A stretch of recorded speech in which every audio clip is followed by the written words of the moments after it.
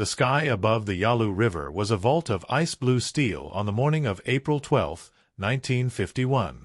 38,000 feet up, where the air was too thin to breathe and the cold could freeze a man's lungs in seconds, Captain Nikolai Serbin felt the familiar vibration of his MiG-15's Klimov VK-1 engine through his gloved hands. The instrument panel glowed faintly in the cramped cockpit, a Soviet design, functional, brutal, efficient. Everything about the MiG-15 screamed one purpose: kill American bombers. But today, there were no bombers. Serbin's wingman, Lieutenant Yuri Pashkov, flew 300 meters off his right wing. 2 MiGs. Just 2. The mission briefing had been clear. High-altitude patrol along the Chinese-Korean border, deter any UN reconnaissance flights, return to Antung Air Base before fuel ran critical. Standard. Routine. Except nothing about this war was routine anymore. Through the scratched canopy, Serbin could see the jagged mountains of North Korea stretching endlessly below, their peaks dusted with late spring snow. This was MiG Alley, the most dangerous corridor of sky in the world. American F-86 Sabres prowled these altitudes daily, hunting for Soviet and Chinese pilots. The Americans called it air superiority. The Soviets called it survival. Serbin keyed his radio. Sunflower 2, status? Pashkov's voice crackled back, young and tight. All green, lead. Fuel at 70%. 70%. That gave them maybe 20 minutes before they had to turn north, back across the river, back to the safety of Chinese airspace where the Americans wouldn't, officially, follow. 20 minutes of Russian pilots pretending to be Chinese or North Korean. 20 minutes of Cold War theater played out at the speed of sound. The briefing officer's words echoed in Serbin's mind. Do not engage unless fired upon. Do not cross into South Korean airspace. Do not get shot down. Moscow is watching. Moscow was always watching. Serbin checked his watch. 0947 hours. They'd been airborne for 18 minutes. Another sweep of the sector, then lead. Contacts. 9 o'clock low. Serbin's head snapped left. There, 12,000 feet below, a formation of silver aircraft climbing hard out of the haze. The sun caught their wings in brilliant flashes. F-86 Sabres. He counted them quickly. 4. No, 6. 8. 8 Sabres. His pulse didn't change. Couldn't change. Not up here. Not at this altitude where hesitation killed faster than bullets. I see them, Serbin said calmly. Maintain position. They haven't spotted us yet. But even as he said it, he knew it was a lie. American radar was good. American pilots were better. If he could see them, they could see him. The Sabres continued their climb, a coordinated wolf pack rising through 30,000 feet, heading directly into Soviet airspace. This wasn't reconnaissance. This was a fighter sweep. This was a challenge. Serbin's thumb hovered over the radio transmit button. He should call it in. Request instructions. Wait for orders from the ground controller at Antung. But the ground controller was 200 kilometers away, and those Sabres would be on top of them in 90 seconds. Sunflower lead, what are we doing? Pashkov's voice had an edge now. Fear. No. Anticipation. The kid was 23 years old, a veteran of exactly 11 combat missions. Serbin had 47. We hold altitude, Serbin said. Let them come. The MiG-15 had one critical advantage over the F-86. It could fly higher, faster, and hit harder at extreme altitude. Up here, in the thin air where American jets struggled, the MiG was a predator. Down low, in a turning fight, the Sabre would tear them apart. So they would stay high. The Sabres kept climbing. 32,000 feet. 34. Serbin could see details now. The swept wings, the intake under the nose, the USAF markings stark against polished aluminum. Beautiful machines. American engineering at its finest. He wondered which one would kill him. Sunflower 2, arm weapons. Weapons armed, lead. Serbin flipped the safety cover off his own cannon switch. The MiG-15 single 37mm N-37 cannon and two 23mm NS-23 cannons were devastating at close range, if you could land the shot. The Americans had 6.50 caliber machine guns. Less punch, but more forgiveness. 36,000 feet. The Sabres were spreading out now, forming a combat spread. They'd seen the MiGs. No question. Serbin's radio crackled with a new voice, speaking English in a slow Texas drawl.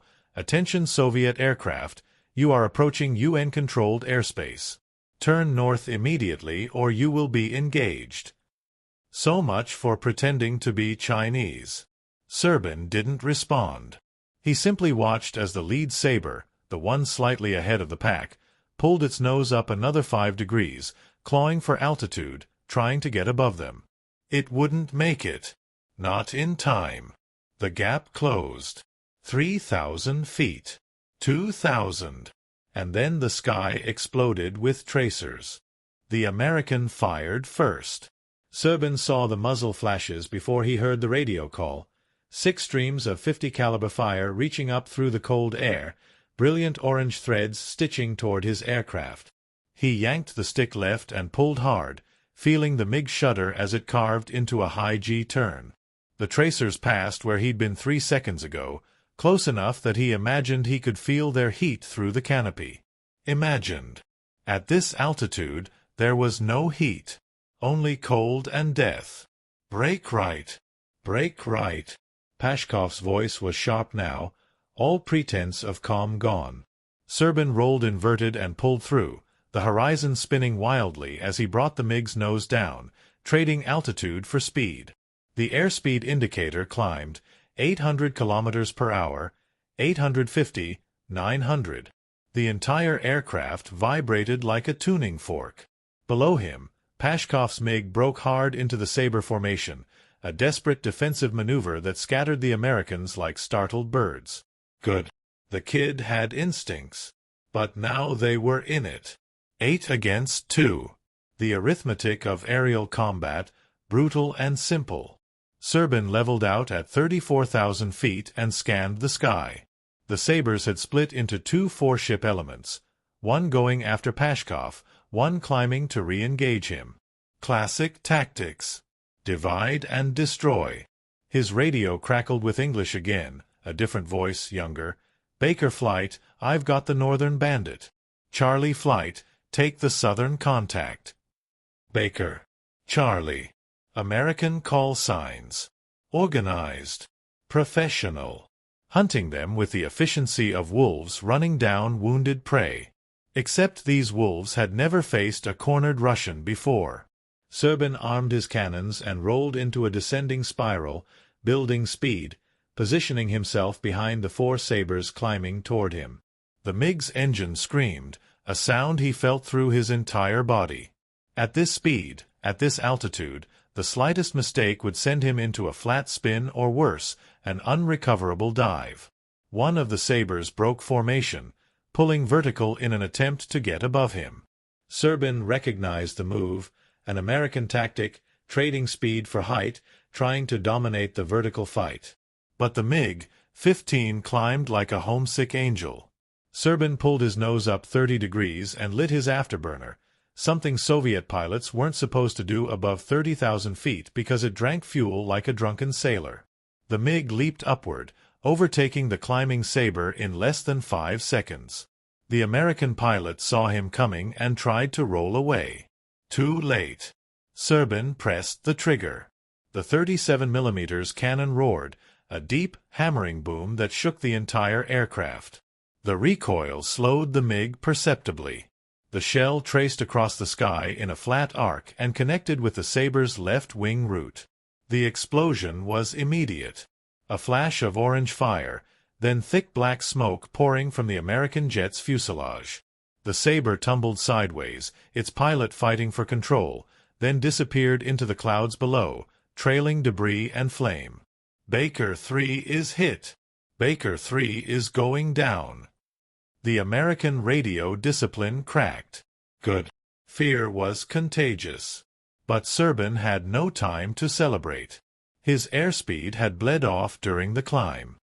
He was slow, vulnerable, and 3 Sabres were reversing toward him, their noses tracking his position with predatory precision. Lead. I'm engaged. 2 on me. Pashkov's voice was strained, breathing hard, pulling GS. Serban snapped his head around. A kilometer away, Pashkov's MiG was in a violent scissors maneuver with 2 Sabres, each pilot trying to slow down faster than his opponent, trying to slide into firing position. The American jets were smaller dots against the blue, their contrails marking every turn like white scars across the sky. Pashkov was good. But good wasn't enough against 2 experienced pilots. Serban had a choice: engage the 3 Sabres chasing him or help his wingman. He chose Pashkov. Rolling inverted, Serban pulled the nose down into a split S maneuver, a half-loop followed by a half-roll, bleeding altitude like water through a sieve. The G-forces crushed him into his seat. His vision narrowed to a gray tunnel. The altimeter unwound, 33,000, 31, 29. The 3 Sabres followed him down, their pilots undoubtedly grinning at the thought of an easy kill on a diving target. They didn't see the trap. At 27,000 feet, Serban reversed hard, pulling the stick back into his lap with both hands. The MiG groaned, metal flexing, but it held. The nose came up, and suddenly he was climbing again, but now the 3 Sabres were below him, overshooting, their energy carrying them past their target. Serban's cannons roared again. The 23mm shells walked across the tail of the trailing Sabre. Metal ripped. Hydraulic fluid sprayed in a pink mist. The American jet pitched nose down, uncontrolled. Charlie 2, eject. Eject. A white parachute blossomed against the green mountains below. 2 down. But now Serban's fuel gauge was screaming at him. Red lights across the board. He'd burned through a quarter of his reserves in less than 4 minutes of combat. At this rate, he'd be gliding back to Antung, if he made it back at all. Pashkov's MiG was bleeding fuel. Serban saw it from 2,000 feet above, a thin vapor trail streaming from the younger pilot's starboard wing, a silver ribbon of aviation gasoline vaporizing in the frigid air. One of the Sabres had scored hits. Not catastrophic, not yet, but enough. Enough to mean Pashkov wouldn't make it home. Sunflower 2, status. Serban barked into the radio. Fuel leak, lead. I've got maybe 10 minutes. Pashkov's voice was tight but controlled. The kid was holding it together. I'm not going to make Antung. 10 minutes. Antung Air Base was 15 minutes away at cruise speed, 20 at combat throttle settings. The math was final. Below them, the remaining 6 Sabres were reforming. They'd lost 2 aircraft, lost the element of surprise, lost the high ground. But they still had numbers. And now they had blood in the water. The American radio chatter had shifted. No more call signs, no more procedure. Just raw voices, angry and determined. We've got them both damaged. Don't let them cross the river. Baker lead, I'm Winchester on the Northern Bandit. Then get clear and let me take him. Serban checked his own fuel. 38%. Enough to make it back if he ran now. If he left Pashkov behind. If he followed orders, do not get shot down. Moscow is watching. He looked down at Pashkov's MiG, still maneuvering defensively, still fighting. The fuel stream was getting worse, a visible plume now. The kid was flying a bomb with wings. Serban made his choice. Sunflower 2, extend north. I'll cover your 6. Lead you can't. That's an order, Lieutenant. Pashkov didn't respond. His MiG turned north, toward the Yalu River, toward Chinese airspace, toward home he would never reach. Serbin turned south, toward the Sabres. The Americans saw him coming. They split again, for going after Pashkov, two turning to intercept Serbin. Smart. Overwhelm the wounded aircraft, tie up the defender. The two Sabres came at him from different angles, a classic pincer. Serbin recognized the tactic. He'd taught it himself back at the training academy in Kubinka. Except now he was the target. The lead Sabre opened fire at 800 meters. Long range. Desperate shooting. The tracers fell short, arcing down toward the mountains. Serbin didn't return fire. Not yet. Every round counted now. 600 meters. 500. The Sabre pilot was good. He held his course, held his fire, waiting for the certain shot. His wingman was sweeping wide, trying to bracket Serbin from the left. 400 meters. Serbin's thumb touched the cannon trigger. The MiG's gunsight reticle centered on the Sabre's canopy. He could see the American pilot's helmet, the dark visor, the oxygen mask. He wondered if the man had a family. 300 meters. The Sabre fired. This time the .50 caliber rounds found metal. Serbin felt the impacts, sharp bangs against the MiG's fuselage, like someone hammering nails through aluminum. His right engine temperature spiked. Red warning lights. He fired back. The 37mm cannon had 3 rounds left. The 23mm cannons had maybe 20. All 3 rounds hit. The first round punched through the Sabre's engine intake. The second struck the wing root. The third hit the cockpit. The American jet disintegrated. No explosion, no fire, just a sudden structural failure, the aircraft breaking apart at 600 miles per hour. The canopy separated. The wings folded. The fuselage tumbled end over end into the clouds. No parachute. Serbin felt nothing. No triumph. No regret. Just the mechanical observation that one threat was neutralized. But the second Sabre was on him now, firing from the left quarter. Rounds stitched across his left wing. More warning lights. His hydraulic pressure was dropping. The control stick felt mushy, unresponsive. He rolled right, pulled hard, tried to bring his nose around for a snapshot. The Sabre stayed glued to his tail. Professional, Serbin thought distantly. This one knows what he's doing. His fuel gauge read 22%. His engine was overheating. His hydraulics were failing. And he still had 4 Sabres chasing Pashkov. The MiG shuddered violently. Another burst had found home, this time in the tail section. Serbin felt the aircraft yaw hard to the left, the rudder damaged or gone entirely. He was done. But Pashkov was crossing the Yalu River right now. Serbin could see it on his map display, a thin blue line separating life from death. 50 kilometers to Chinese airspace. 45. 40. The Sabres were still on him, still firing. One of them would make it. The math said so. Unless. Serbin looked at his fuel gauge one last time. 20%. Enough to get home. Or enough to do one last thing. He firewalled the throttle, what was left of it, and turned hard into the 4 Sabres chasing Pashkov. The MiG screamed in protest, smoke pouring from both engines now, the airframe rattling like it would shake itself apart.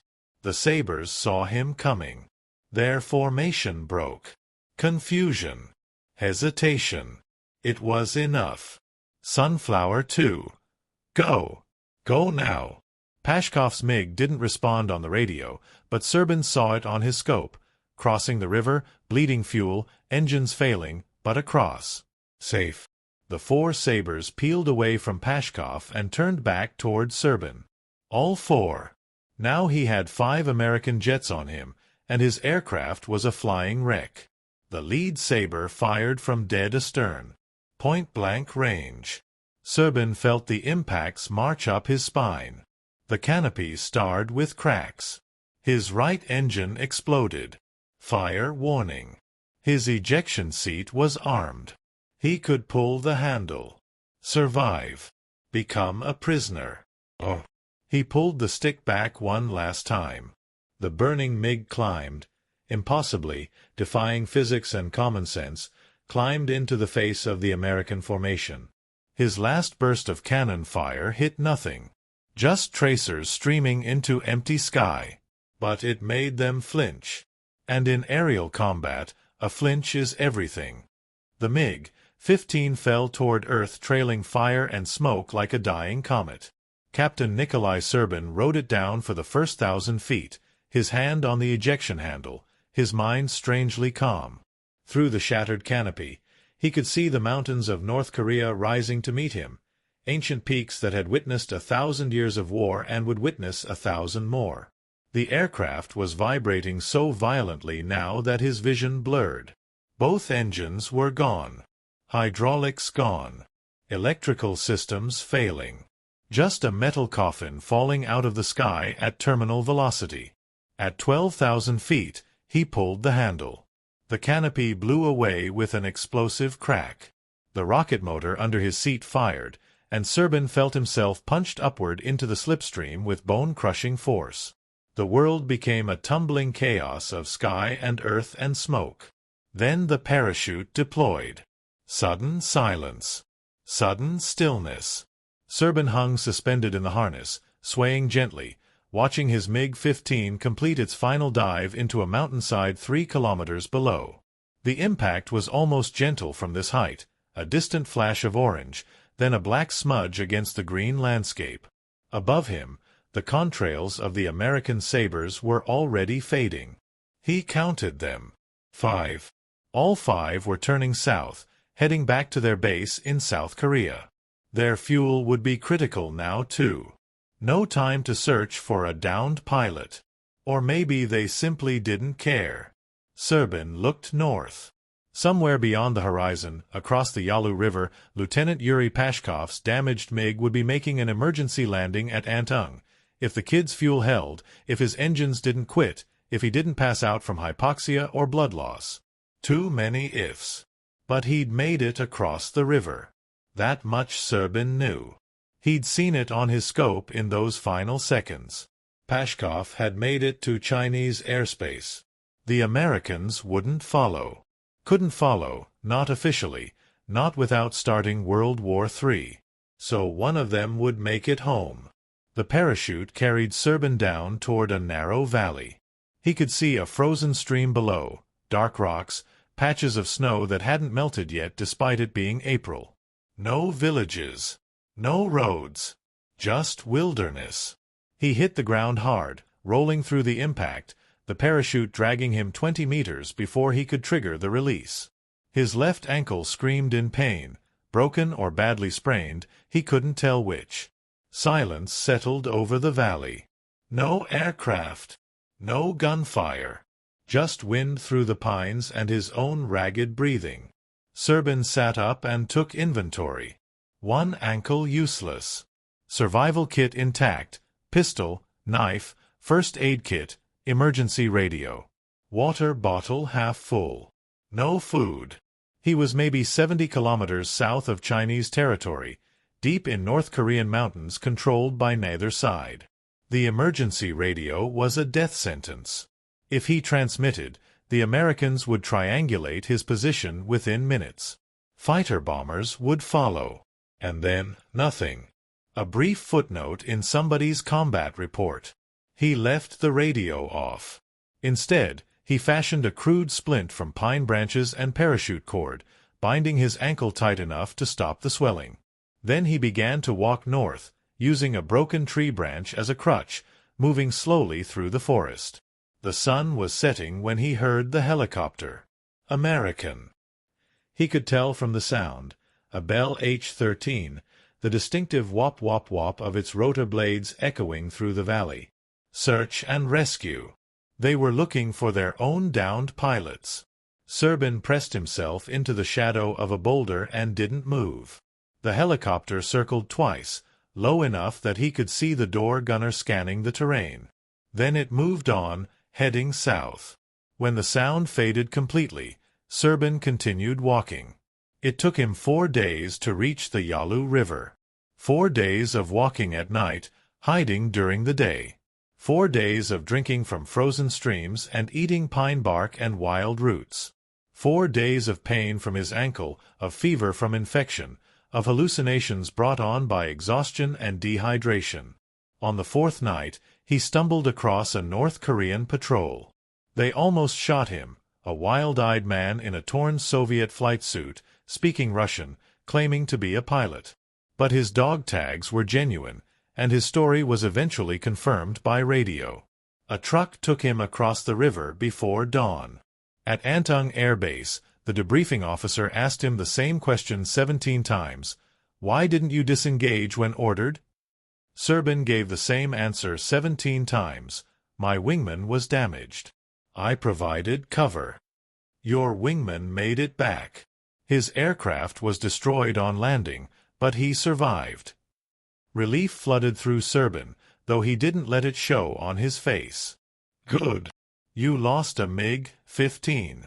You shot down 3 American aircraft but exposed yourself unnecessarily. Moscow wants to know if you followed protocol. I followed protocol, Serban lied. The debriefing officer stared at him for a long moment, then closed his folder. You're grounded pending review. Dismissed. Serban saluted and limped out of the office. In the hallway, he found Yuri Pashkov waiting for him. The young lieutenant stood when Serban approached, his face pale but alive. Captain, I wanted to thank you. For coming back. For giving me a chance to. You don't thank me, Lieutenant, Serban said quietly. You just fly better next time. Pashkov nodded, blinking hard. Serban gripped his shoulder once, then continued down the hall. 3 weeks later, Captain Nikolai Serban was cleared to return to flight status. The review board concluded that his actions, while aggressive, were within acceptable parameters of combat engagement. He flew 32 more missions over MiG Alley before the war ended. He never saw the American pilots who had fought him that day. Never learned their names. Never knew if the 3 he'd killed had families waiting for them back home. It didn't matter. War reduced men to mathematics, altitude, airspeed, bullet trajectories, fuel calculations. The mathematics of survival. On April 12, 1951, the mathematics had been simple. 8 Sabres against 2 MiGs. The Americans should have won. But mathematics didn't account for courage. Didn't account for sacrifice. Didn't account for the split-second decision to turn back into the fight instead of running for safety. 2 MiGs fought to the last second against a fleet of Sabres. 1 fell from the sky. 1 made it home. And in the cold algebra of aerial combat, that was as close to victory as anyone could hope for. The sky above the Yalu River remembers them all, the brave, the fallen, the survivors. It remembers the contrails that marked their desperate dance between the clouds. It remembers the thunder of cannons and the silence that followed. Some stories end with triumph. Some with tragedy. This one ended with both.